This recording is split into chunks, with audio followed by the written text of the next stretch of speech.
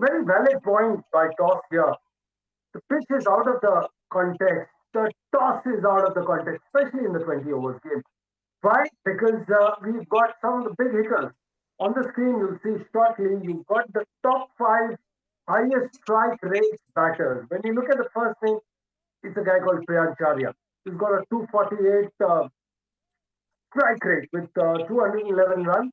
We also have Vaibhav Sooryavanshi at 236 strike rate, Abhishek Sharma at 215, Rajat Patidar at 212, Tim David at 203. But the big question or a point here is none of the big guns have flown or fired in the last 1 month. Is that a spot of bother, or are you happy with the new guns actually taking over from the old guard? I think it's good that these new guns are coming into the prominence. One also needs to understand that all these players you mentioned, right? All these southpaws and Rajat Patidar and the likes of Tim David. These are all players who don't change the game for spin or pace. They play it in the same way. They just go bang, bang, bang, right? And as far as the established superstars, the people who have been there, done that, I think the only one player comes into picture, which is Shreyas Iyer right now, right? He's been leading the team well. He's been also making good runs. Whereas the other established names, somehow I feel they're under a little bit of pressure. They want to also establish themselves. But this is the way the nature of the game is, right? Sunil Saab, every IPL edition, you will always have some new players coming in who will come and stamp their presence, stamp their authority. And I think this year it's going to be about Sooryavanshi, it's going to be about Priyank, and it's also going to be about Rajat Patidar. Rajat Patidar, the way he's come in, he's been a true revelation, not just for RCB, but he can be a very, very valuable addition to the Indian cricket team. The way he comes in the first 5, 6 balls, he just goes all out. He does not wait, does not hesitate. So this is a new approach of the Indian cricket team, which we saw in the World Cup too, where they just go out and maximize and accelerate from ball one. They don't wait to test the ball. They don't wait to play the ball. They just go out and hit. It's a very interesting mindset to have. But along with the mindset, you also need to have a technique which can deliver. So I think what they're doing right now on Indian pitches, which they can, they're able to do that. So it augurs well for the audience which is watching. It augurs well for the talent. It also knocks on the doors of the Indian cricket team, which is all their ultimate objective, obviously, right? And Well, which means the people who are there established are also sensing it. well, it's not just the batters who are under severe pressure. Absolutely. We also have a top five bowlers lineup, which you will shortly see on your screen. You have Anshul Kamboj at 13 with the highest wicket take. And guess what? Who's the number two? Ehsan Malinga, 12 wickets. You've got Prasidh Krishna with 12 wickets. Prince Yadav, another good name. And Bhuvneshwar Kumar, the old war horse.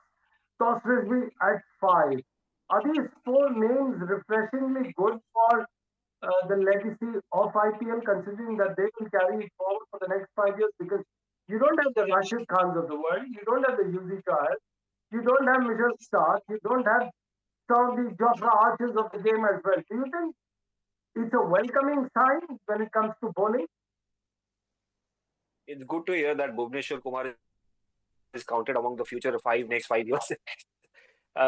Which shows that this guy is still in his elements. I mean, he's bringing all his experience. But then just look at I mean, all these youngsters, these boys are all young. I mean, it's just couple of seasons here and there that they have made it, and now they are there among the top wicket takers. And just also, you notice that these guys are fast bowlers, Prince Yadav or Ishan Malinga or maybe a Prasidh Krishna or Bhuvneshwar Kumar. So I mean, it's not just a power play that the batters are just going out there hitting and getting those runs. It's the risk that is involved, the skill set that these fast bowlers bring in. I mean, taking wickets or maybe finishing the tail is one of the reasons that these guys have been successful among the top wicket takers. The ability to reverse swing with in a T20 cricket over match, a T20 over match from Ishan Malinga shows that how skillful this guy is, or maybe a Prashant Krishna, varying with his pace.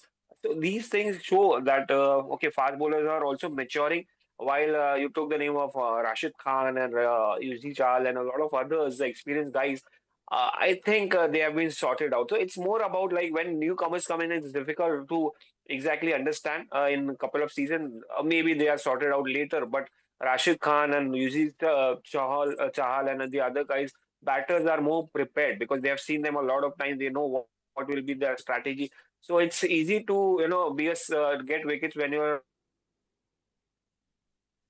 senior experience, senior pro. Unlike a Bhuvneshwar Kumar, you can make him an exception. who keeps evolving. I mean, he keeps evolving and delivers every time whenever his team demands. So it's nice to see Bhuvi there, and of course the fast bowlers ruling the roost. When it comes to wickets, it's good change. Well, it's time for head-to-head between the players of the two teams. Well, the first name that comes to your mind is when you talk about Rajasthan Royals is Vaibhav Sooryavanshi. Shekhar, I'm going to get you here. Vaibhav Sooryavanshi has been hitting every bowler the first ball for a six. Now, imagine a situation today. Mohammed Shami, who actually played the game, started playing the game in the international arena much before uh, Suryavanshi was even in his diapers. Just imagine the face-off between the two giants. One trying to make a way back into the Indian team. The second trying to make a debut in Absolutely. the Indian team. What do you think the battle is going to look like? See, Mohammed Shami is a wily old fox. You have to understand Yeah. that Mohammed Shami's this position is the best. And he needed a challenge to come back to the team. The way he's been, taking wickets in the domestic tournaments, the way he's spoken about it, that he's the best bowler. Like it's almost like a Muhammad Ali telling this before he, did a boxing championship match, saying I'm the greatest. I think there's a lot of confidence which comes in, and you never seen Shami talking like this. The fact that he wants to get back in the team, so he's trying to show the hunger, the intensity. Now, if he gets a challenge like Vaibhav Sooryavanshi, I think it's going to be very interesting because Mohammad Shami is not just a regular bowler. He's good. He's got pace. He's got a good wrist position. He's got a good slower ball. But then, Vaibhav Sooryavanshi, you can never say what could happen. Vaibhav Sooryavanshi is not just about talent. It's also about how he manages his talent. So it's a good head-to-head combat, and I'm really looking forward to it. Seeing how, IPL is all about these small mini battles, right? Yes, And absolutely. like Uh, in the end. well, absolutely. You know what? One really, instead of asking a pointed question, the observation here goes that the Rajasthan Royals have managed to marshal their resources pretty well. Especially they've invested in the youth. The second name that comes to your mind is Yashasvi Jaiswal. Of course, he's been out of toss. You've seen Yashasvi Jaiswal. Do you think he certainly blossomed when he started coming and playing for Rajasthan Royals? And considering the kind of turbulent past he's had in the last 2 years, I mean, I think tosses. Rajasthan Royal deserves all the credit for Rajasthan for nourishing or polishing these raw diamonds. I mean, Yashasvi Jaiswal is an example. Ravindra Jadeja in the initial period, 2008. But the way these guys, Zubin Barucha, works with these youngsters, like including the latest being Vaibhav Sooryavanshi in their Talegaon Academy, shows that how invested they are in youngsters. They have their own Rajasthan Royals Academy, which they are serious about. I have not seen the other franchise taking so much keen interest in grassroots cricket as Rajasthan Royals, which shows that how keen are they. I mean, Zubin has done a wonderful job. We have read, we have seen, we have watched his videos on the internet. How passionate this guy is, but then again, you can't just. It's not just a cakewalk right out there. You work a lot, you work hard a lot, and Yashasvi has been an evolution. I mean, whether you talk about ODI cricket, Test cricket, and now T20s, it's not just that he's just going hammer and towing. It's his method. His game is all about method with there is some kind of method in his madness. So it's not just hammer and tong like a Suryavanshi or maybe some other guy, youngsters you're looking at, Priyan Sharia. There is some, he takes the attack. He in a very sensible manner. He respects the bowlers and then he plays on the merit. So you'll see Bombay school of cricket in his kind of a game, unlike a lot of other youngsters, which is good to see. I mean, he goes through the ground, he punishes the bowler over his head. So it's quite nice to see, and I would be keen on. I will be happy to see him in the T20 side immediate in the coming future because and who can you bet on every in each and every. Well, as you said, there was a battle happening.